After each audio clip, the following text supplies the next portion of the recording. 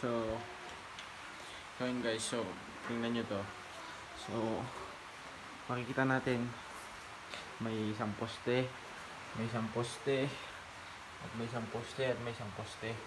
Tapos ito may pael. Tapos may isang poste sa gitna na maliit. Tapos pael na naman. So, kung titingnan natin, walang solid na foundation siya. Kasi yung mga poste niya, bakal lang guys. Kawar. Pero bakit? Kadena pala. Pero bakit ang tibay? Tingnan nyo guys. Yan ay. Oh, inaalog ko yan guys. Hindi natutumba. Anong thoughts nyo dyan guys? So, walang nakasagid dyan guys. Oh. Yan, nakasagid dyan. Alam mo kung saan talagang nagbubuwak yan? Saan?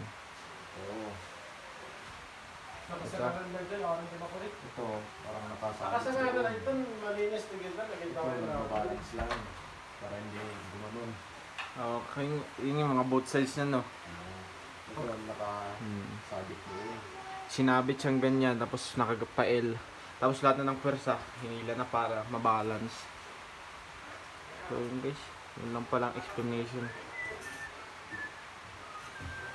So hindi, nandito yung pwersa, kaya kung papansin nyo dito, ang bigat. Gaya dito, hindi ganun, pero dito, may pwersa talaga guys. So, nakabitin talaga. Bumitin na ganun, tapos pael na ganyan. Tapos pataas. Ba't ka nag-itagis nyo? So, dapat babagsak din po guys. Pero dahil nga hinihila ng mga to sa mga gilid, na balance na lang maigi.